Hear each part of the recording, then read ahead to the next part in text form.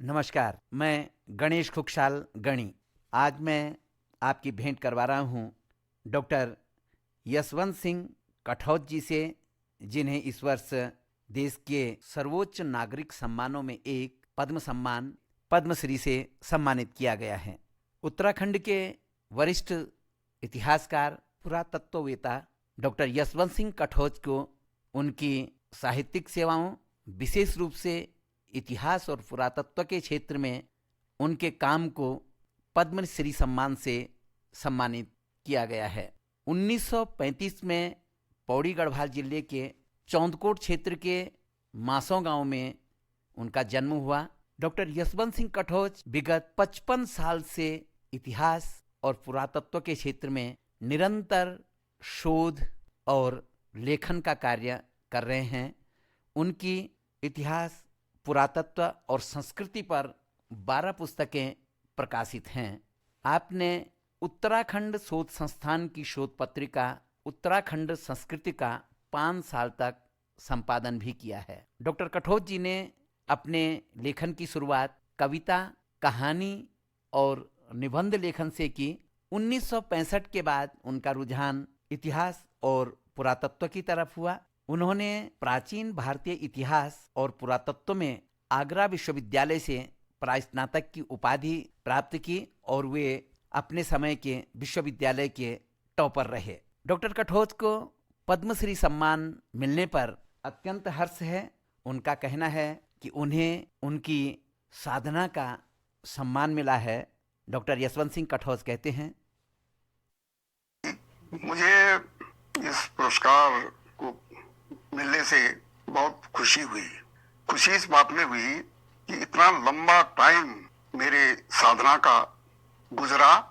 मुझे लगा कि कोई इस साधना का मूल्यांकन करने वाला नहीं है। आखिर इस समय इस प्रकार का संयोग हुआ कि सरकार, मैं सोचता हूं कि सरकार के अंदर कोई न कोई एक्सपर्ट अवश्य ऐसे थे जिन्होंने मेरे कार्य का, मेरी साधना का मूल्यांकन किया।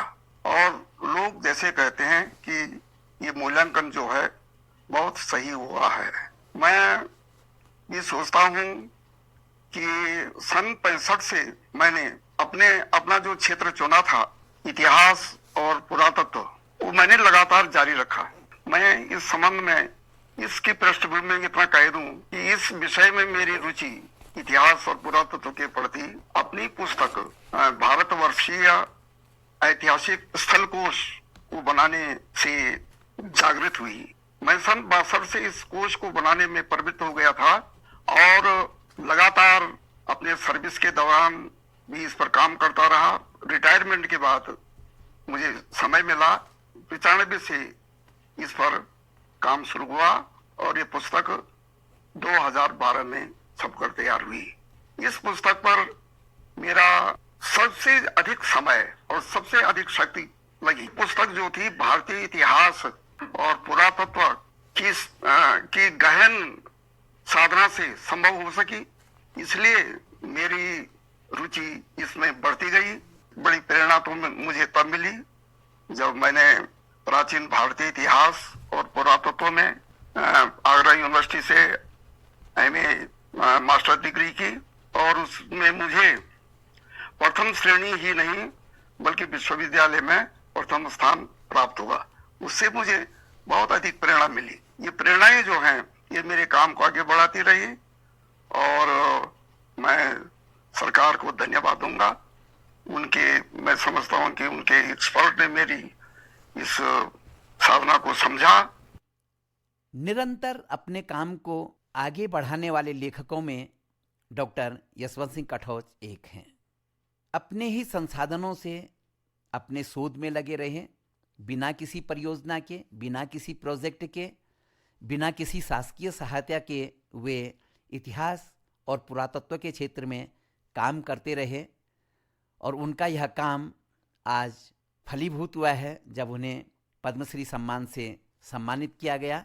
इस बारे में हेमवती नंदन बहुगुणा गढ़वाल केंद्रीय विश्वविद्यालय के पौड़ी परिसर के इतिहास विभाग के विभागाध्यक्ष प्रोफेसर जयजीत बड़थाल कहते हैं, यशवंत कटौज जी को इतिहास और पुरातत्व लेखन के लिए भारत सरकार द्वारा पद्मश्री से नवाजा गया है। सबसे पहले तो मैं भारत सरकार को आभार व्यक्त करना चाहूंगा भारत सरकार का इस कार्य के लिए कि सरकार ने एक बहुत ही सही व्यक्ति को इस पुरस्कार के लिए चुना उत्तराखंड से, जिन्होंने एक साधक की तरह अपने कार्य को किया। लगातार अनवरत अनेक वर्षों से वो इतिहास एवं पुरातत्व के क्षेत्र में सक्रिय रहे हैं। सरकार ने एक ऐसे व्यक्ति को पहचाना है जो बिना किसी दिखावे के, बिना किसी शोरगुल के, बिना किसी पुरस्कार की इच्छा के अनवरत बिल्कुल अपने कार्य को जो है वो अंजाम देता रहा। हमारे यशवंत कटौज जी जो है वो सेवानिवृत्त के बाद भी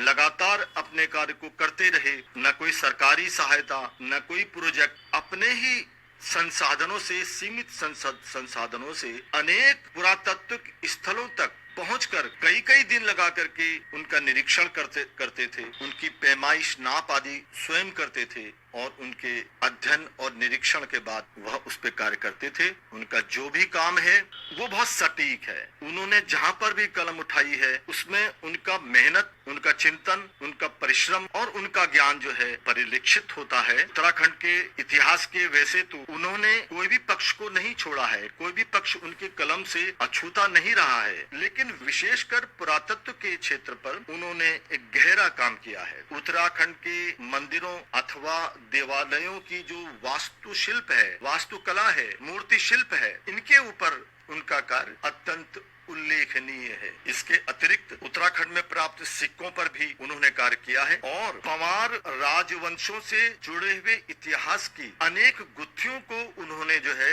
सुलझाने का जो है प्रयास उनके द्वारा किया गया है। डॉक्टर यशवंत सिंह कटौज साहब का जो सबसे महत्वपूर्ण काम है वह है मध्य हिमालय की शैली को साबित करना।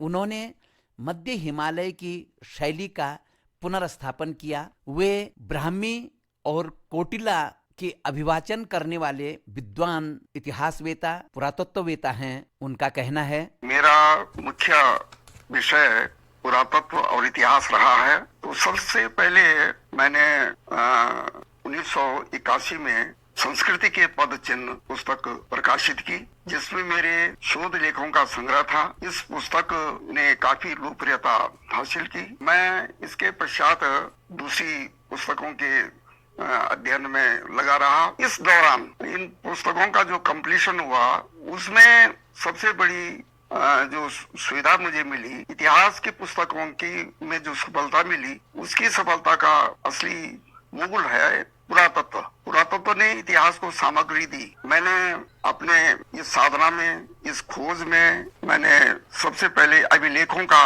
अध्ययन किया।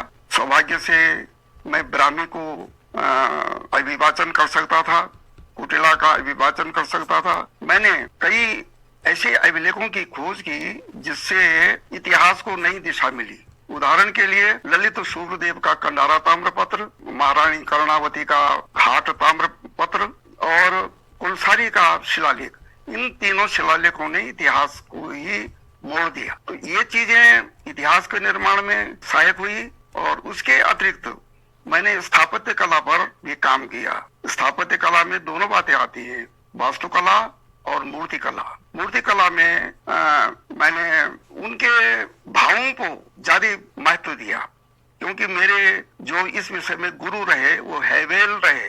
हैवेल का ये था कि मूर्ति में भावों को प्रधानता देनी चाहिए, भावों को देखना चाहिए कि वो मूर्ति की आंखें, पलकें, ओठ और भाव भंगिमा क्या बताती है। तो इस पर भी मैंने काफी अपनी पुस्तक मध्य हिमालय की कला में लिखा और यह पुस्तक आजकल विश्वविद्यालयों में एक पाठ्य पुस्तक के रूप में स्वीकृत की गई है। के अतिरिक्त वास्तुकला पर भी काम हुआ और मैं मेरी समझ से इसको कृष्णदेव जी जो वास्तुकला के बहुत बड़े आचार्य हुए हैं, उन्होंने भी स्वीकार किया कि मैंने सबसे पहले ये हिमालय की जो मध्य हिमालयी शैली है उसको स्थापित किया। अब तक लोग समझते थे कि हिमालय में जो मध्य हिमालय है उसकी कोई शैली नहीं है, लेकिन मैंने मध्य हिमालय शैली का पुनर्स्थापन किया। इस वर्ष उत्तराखंड से एकमात्र पद्मश्री सम्मान जिस व्यक्तित्व को मिला वे हैं डॉक्टर यशवंत सिंह कठोच, जो उनके 55 साल की साहित्य साधना का सम्मान है। आकाशवाणी के लिए पौड़ी से गणेश खुखशाल, गणी।